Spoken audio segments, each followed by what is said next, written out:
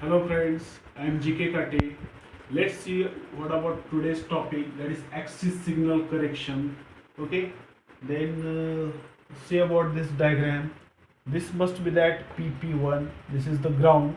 Okay, that is the horizontal distance, and this also same one.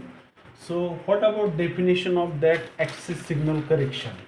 Okay, so this is nothing but that if the target of signals are above the ground and it is not equal to that of the instrument axis.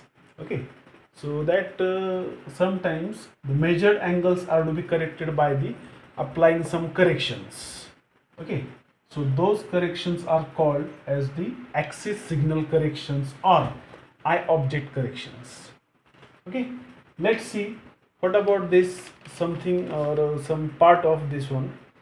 It should be some that P to A, this is horizontal line, then P1, this is curved line, must be called as level line. Okay, then this RQ is that R is that top of object. Okay, then this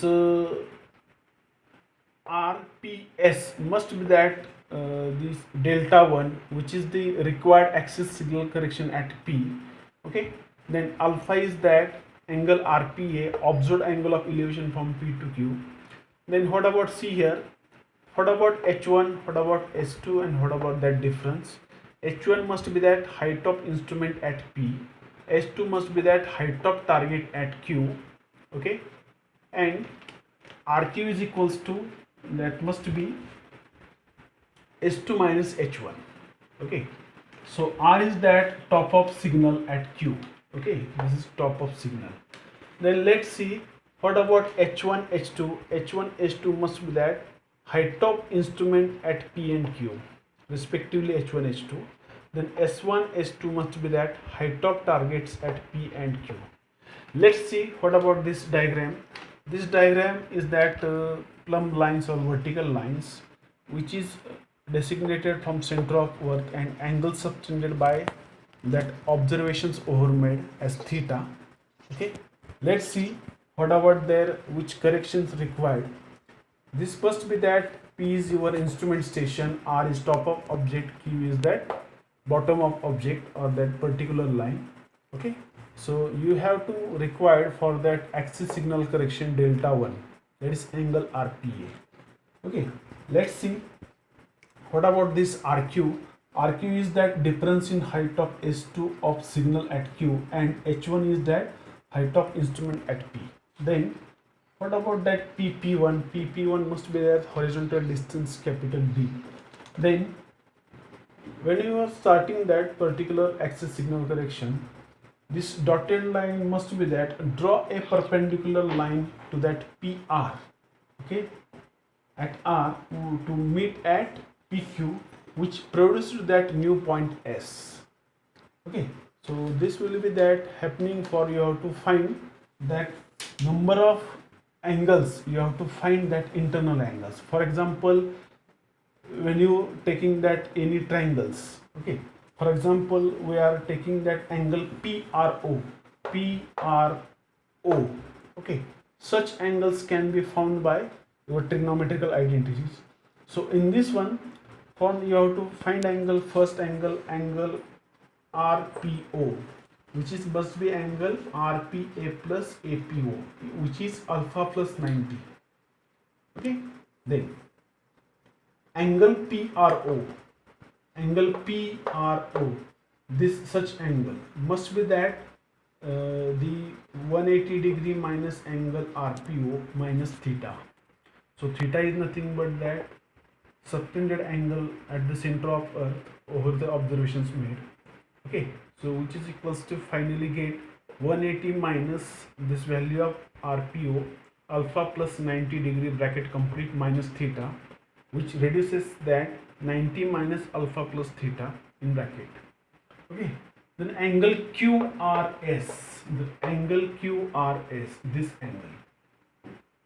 this angle must be that 90 minus PRO. So this is actually exact angle is that 90. Okay, 90 minus PRO.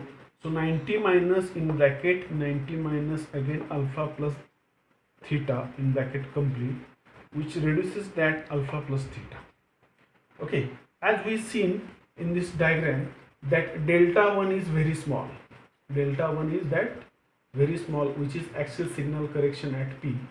So this angle RSQ, so this angle taken approximately at 90 degree. Okay, so that some terms are changing, so that RS is equals to RQ into cos into bracket alpha plus theta, which is equals to also in bracket S2 minus H1 into cos of alpha plus theta. So RQ cost must be that difference in that particular height of target minus at that height of instrument at P. Okay, so that target height at Q minus height of instrument at P. Okay, then again from triangle PRP1, so this triangle gets again that remaining angles. So in this one, angle RPP1, which reduces that the alpha plus half of theta. Okay, then angle PRP1, okay, so this angle also that 90 minus alpha plus theta. Okay, again angle PP1R, this angle automatically 180 minus that remaining two angles, so that 180 minus in bracket 90 minus alpha plus theta bracket complete minus alpha plus half of theta. So this equation automatically gets that 90 plus half of theta. So from that both angle you have to find that axial signal correction delta 1. Okay, so from that angular these angles, okay, you can find this by the sine rule as this delta 1. Okay, by now sine rule you have to write PR is equals to PP1, which is PR divided by sine PP1R is equals to PP1 divided by sine PRP1. Okay, when you put in this value of sine PP1 and PRP1 of that angles, okay, this will be automatically gets that PR is equals to D into cos of theta by 2 divided by cos of in bracket alpha plus theta. Okay, so this you will get that's one term. Then again in triangle PRS, what about that PRS? This angle will be that found that tan of delta 1 is equals to RS upon PR. Okay, so RS you have to find that particular value of this particular RQ cos alpha plus theta, and PR is equals to D into cos of half of theta divided by cos alpha plus theta. Okay, so putting these values of RS and PR in this equation, okay, you will get this equation that after reduces in bracket S2 minus H1 into cos square into bracket alpha plus theta divided by D into cos phi by 2.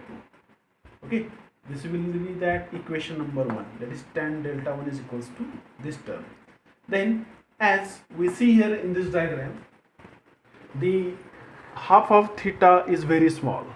Okay, so when you that taken that cos of half of theta or theta is very small. Okay, so this is negligible, or cos of half theta value gets at 1 or equals to 0. Okay, then this equation again rechanging that tan delta 1 is equals to in bracket S2 minus H1 bracket complete into cos square alpha divided by distance, that gets equation 2. So this is that correction for required delta 1, which is negative for angle of elevation. So this delta 1 is correction for angle of elevation. Likewise same, if that this situation is that angle is from P towards Q. Okay, what happening if observations made from Q towards P, that means Q is that angle of depression. Okay, so likewise same equation if you getting, let's see here, if the observations are taken from Q towards P, so it can be shown as like one same tan of delta 2 into bracket S1 minus H2 into cos square beta divided by D. Okay, so that beta must be that your observed angle of depression Okay, then correction for delta 2 is which is positive for angle of depression. Okay, so this is third equation for the observations are taken from Q towards P. Okay, then if alpha and beta are very small, okay, so that sometimes this very small, it will be negligible. So tan of delta 1 which is equals to against delta 1 as s2 minus h1 divided by d, which equation gets in radians.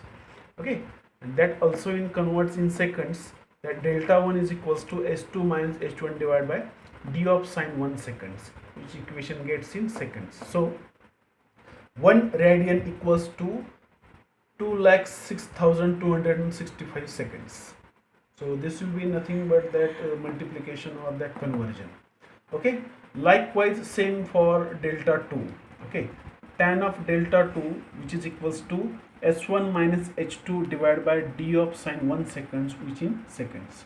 Okay, so therefore that the angles corrected for axis signal corrections are, for that alpha 1 is equals to alpha minus delta 1, okay, which is equation number 6, and that b2, that angle of depression, is equals to beta plus delta 2, which is equation number 7.